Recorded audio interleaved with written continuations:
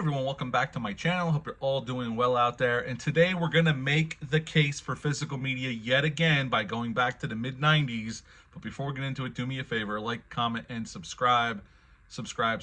I would appreciate that. Also, as always, a shameless plug for my TeePublic store. I have a link for that in the description box below. And today we're going back to 1995, folks, with a brand new 4K release from Shout Studios, and that one is Outbreak. Outbreak came out March 10th of 1995. It's rated R. It's 2 hours and 7 minutes long. Had a budget of $50 million, and upon release, it made 67 in America and 189 worldwide. Now, we're going to go over the movie.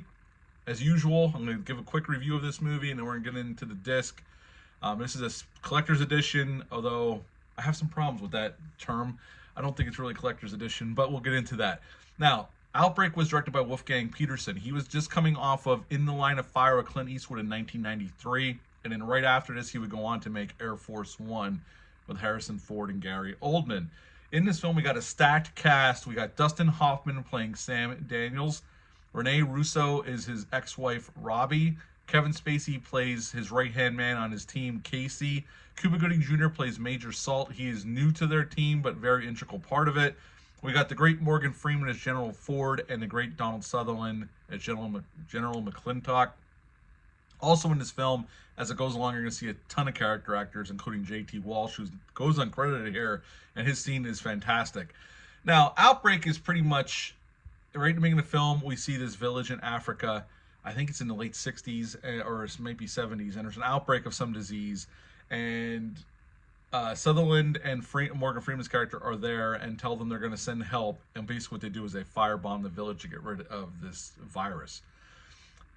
Fast forward to present day, there's a new virus that gets out, and it's in Africa. They think it's contained, but little do they know, a monkey was captured and sent to the U.S., and it's being smuggled to this pet store in this little town called Cedar Creek, California, which actually was shot in Ferndale, California, which we just talked about Ferndale, California, and Salem's Lot, because they filmed that in Ferndale, California.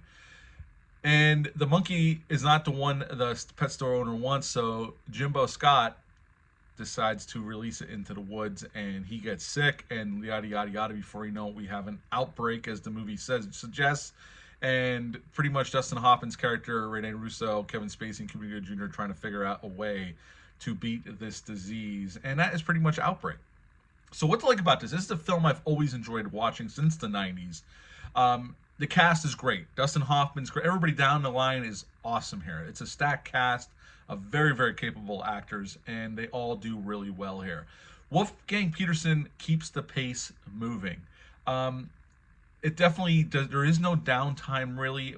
It's always moving towards the goal of trying to get this cure for this disease, or it shows the way the disease is just spreading like wildfire through this California town because it becomes aerosolized at one point. It changes where it is able to survive in the air, where previous generation of this germ was not able to do that. Now it's able to do it, so it's spreading even faster.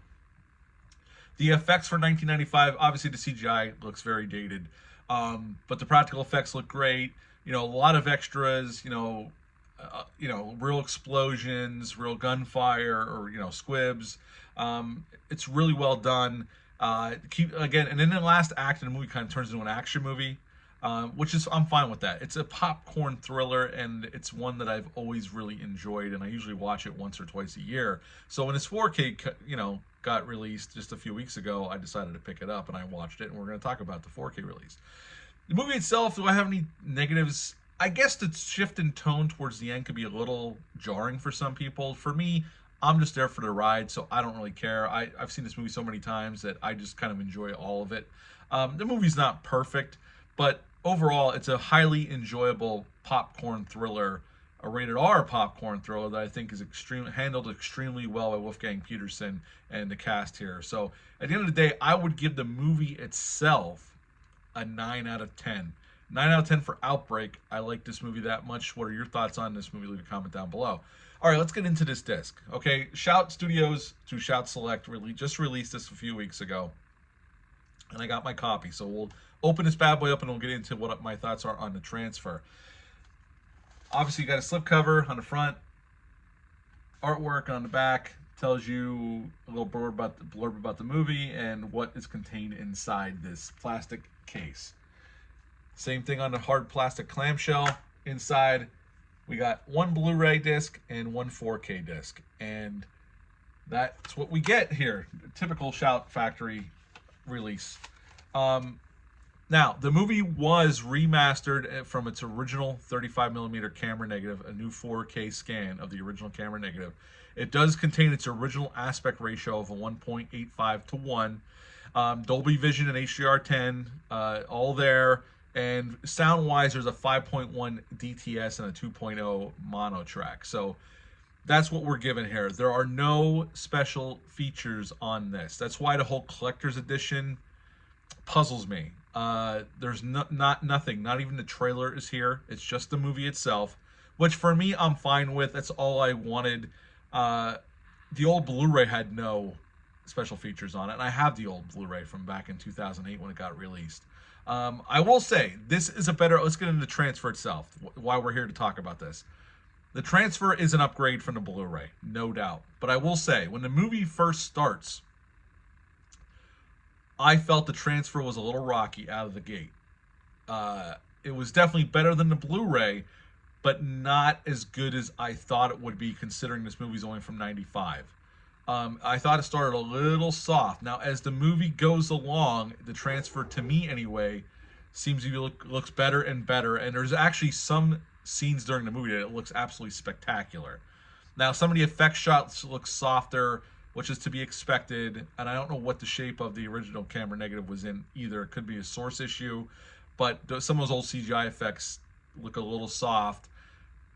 But let's be honest, they don't hold up under 4K or in today's eyes. Those CGI shots look like CGI from the 90s, and CGI at that point were still in its early infancy. But I will say, overall, I thought of the transfer itself, it ends up being, it's much better than the old Blu-ray. So it is an upgrade.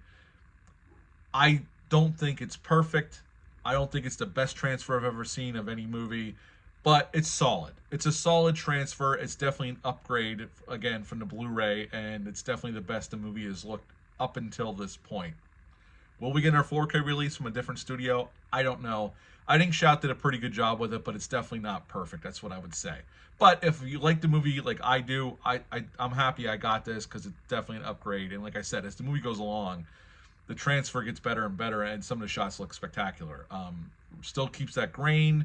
Very filmic, but the clarity in some of those scenes is absolutely spectacular. Those landscape shots look gorgeous. So I'm happy I got it, but it's not the greatest transfer. It's solid. It's a solid transfer, and I'll give my rating of the disc, the transfer itself, in a minute. The 5.1 DTS actually was not bad. You just have to turn it up. Like, I had to turn this transfer, or the sound up on this higher than I normally do for any movie. And I have a Samsung Dolby Atmos sound bar with a subwoofer. Once I turned it up, it sounded good. The audio was clear. The effects for the action scenes came through. So I think that the mix is pretty good. They didn't give us a Dolby Atmos track, which is unfortunate, but I think the track itself is pretty solid. So again, it's solid. Again, there's no special features here. So if you wanted any interviews or anything, there's nothing. There's no commentaries. There's not even a trailer. It's just the movie. And that's it. And you can watch it on the Blu-ray, or you can watch it on the 4K, which I don't know why you wouldn't watch the 4K, but if you're going to buy this, you're going to watch the 4K more than likely. But overall, again, I really like this film. The disc itself, I would give the disc an 8 out of 10. I think it's solid. It's definitely an improvement over the old Blu-ray, but I wasn't blown away by it like I was hoping to be. But it's definitely a solid transfer. So I know I sound like I'm being really negative on it. It's still solid, and it's an upgrade over the old Blu-ray by far. But I wasn't, over the moon for it. It's a solid transfer. So 8 out of 10 for the disc itself, and a 9 out of 10 for the movie. Are you planning on picking this up? Leave a comment down below. Let me know. Are you a fan of this movie? Leave a comment down below. Let me know. That is it for the Case for Physical Media, the Outbreak edition. That's it for this one. I'll be back soon with some more reviews and other videos. But until next time, bye.